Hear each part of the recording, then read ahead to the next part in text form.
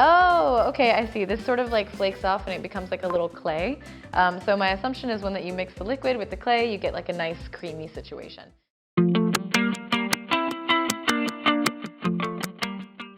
Hello everyone, and welcome back to Personal Beauty. I'm your host Shannon. Today we're going to be reviewing some of the Olive Young top sellers or top picks for today. If you guys are new to the show, let me just explain a little bit about what's going on.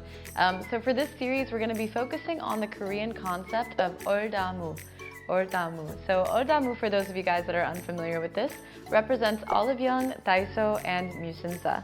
So for today's episode, we're going to be doing Olive Young as far as the products that we're going to be focusing on. Last episode, we focused on Daiso. So for today, let's first jump into what is Olive Young, why are people so infatuated by it, and why is it a top tourist destination when they come here to Korea. So Olive Young is your one-stop beauty shop, period. They have all sorts of brands, not just Korean, but of course they do have a host of Korean brands and products. One of my favorite places to shop ever is Olive Young. The chokehold that the store has on me is kind of ridiculous. But especially what they're known for is their skincare. So we're going to be jumping into some of these popular products that we've seen really often at Olive Young. But I want to do a quick recap about last week's Daiso episode. So for Daiso's episode last week, we did talk a little bit about what Daiso is, but we also focused on their beauty section especially. So we're going to be comparing and contrasting a little bit. I do want to touch on price point and accessibility. So right here, I wanted to start with the #1 bestseller, probably the most popular sunscreen globally at the moment. This is the Beauty of Joseon Relief SPF 50. What I like about this one, and I think the reason it's so popular, is because one of the main bases of this product is actually rice water. And rice water and ceramides usually are very calming, very soothing for the skin. So this is really well suited to most skin types. What I like about this one in particular, this packaging is blue. Beauty of Joseon has 2 types of this sunscreen. There's a chemical and a mineral. The one I'm holding now is a mineral sunscreen. For those of you guys that aren't familiar kind of with the difference there, mineral sunscreens do tend to be a little bit thicker. Mineral sunscreens reflect sunlight versus chemical sunscreens which absorb and disperse sunlight. So these are going to act as a little bit of a reflective mechanism. With this one, you'll experience a little bit of that shine essentially, but what I like about it is that it's also soothing and hydrating.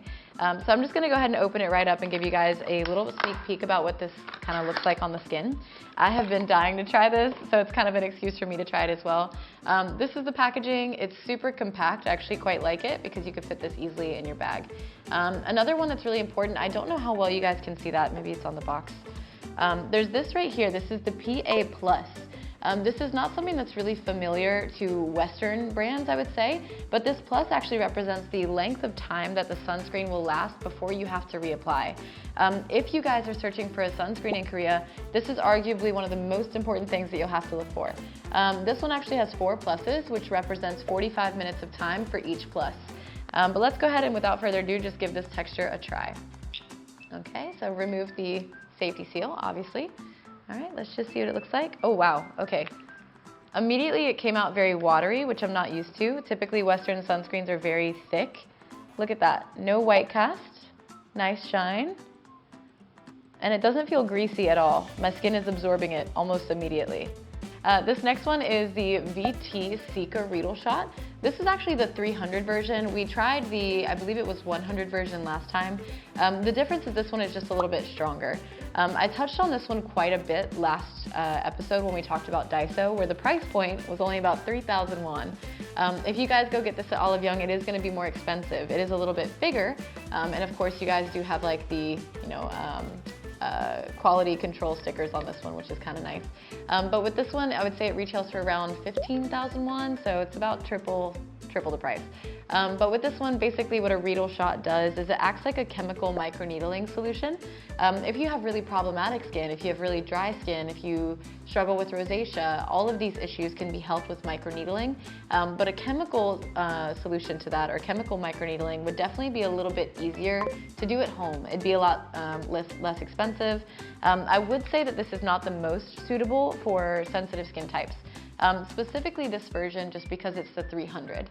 So when you guys, or if you guys are looking for the VT Reedle shots, there's a difference between 50, 100, 300, 500.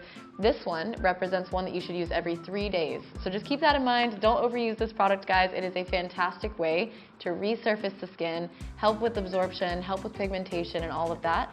But I wouldn't overuse it. It can be a little bit sensitivity aggravating, so just keep that in mind. Next up we have the Wellage or Wellage. This is actually the 1-day kit. This one is so popular in Korea at the moment. The 1-day kit is something that people often use for events, for example, like a wedding or a photo shoot or some sort of filming. Basically, this one is going to be a hyaluronic acid balm for your skin. Hyaluronic acid is one of those components that your body actually creates naturally, but when you're giving your skin that extra moisture externally, it actually helps to prevent excess oil production, it helps to reduce the pore size. A lot of great benefits to that. So most hydrating products will have hyaluronic acid. This is just a little bit more of a intense version. This is not what I expected to see, but this is pretty cool. It's broken up into 2 parts. I don't know how well you can see that. I'm just gonna remove one of each so you guys can see a little bit better. Oh, slippery. Oh, I don't know if you guys can see that. There's a little tiny ball in there. Okay. It's incredibly light. This feels like air. It feels like I'm holding a little cotton candy or like those little peanuts for packing. So what happens if I squeeze it? Oh, I flattened it. Oh, okay, I see. This sort of like flakes off and it becomes like a little clay. So my assumption is when that you mix the liquid with the clay, you get like a nice creamy situation. I'm not gonna do that right now just for the sake of time. Also for the fact that I don't wanna make a mess and probably will. For those of you that have ever watched my previous live shows, I'm not the most, I would say organized person, or most like, I'm pretty chaotic, I would say, during lives. For this one, this is actually called the Peripera Velvet No. 8 Ink. So just based on the packaging, I would assume that this is going to be like a lip tint or some sort of cream that you can blend into a blush or for an eyeshadow as well. On the back, on the packaging, this one is actually called My Fave Piece. So let's just see. Velvet Ink No. 8. It looks really spicy, really red. Oh, cute. I like this packaging as well. So let's open it up here.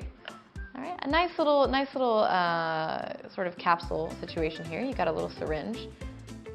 Oh, it's a wand, cute. Okay, so this looks like a little bit more red / pink than I would typically go for, but of course I have to swatch it for you guys. So let's give it a go. I'm gonna test and talk about the texture. We'll talk about the coverage and things like that. Okay, so let's just go right in. Oh man, okay, so this texture, I'm obviously no stranger to makeup products. This texture right away is very creamy. I don't know how well you guys can actually see that. I'm gonna slide it right here so you guys can maybe see how it moves.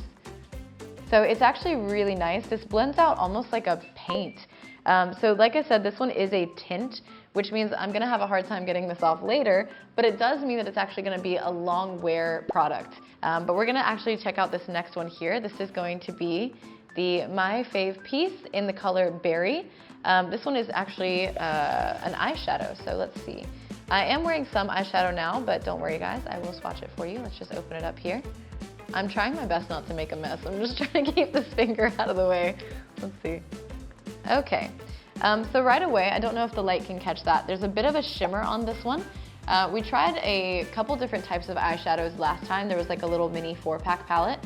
This is a single one. So I actually prefer these single shadows because they come with a lot more product in the pan. So they're gonna last you a lot longer, but it's also a better way to build your perfect palette at home with colors that you like for your skin, with colors that you know you're used to using and ones that you're gonna get good wear out of.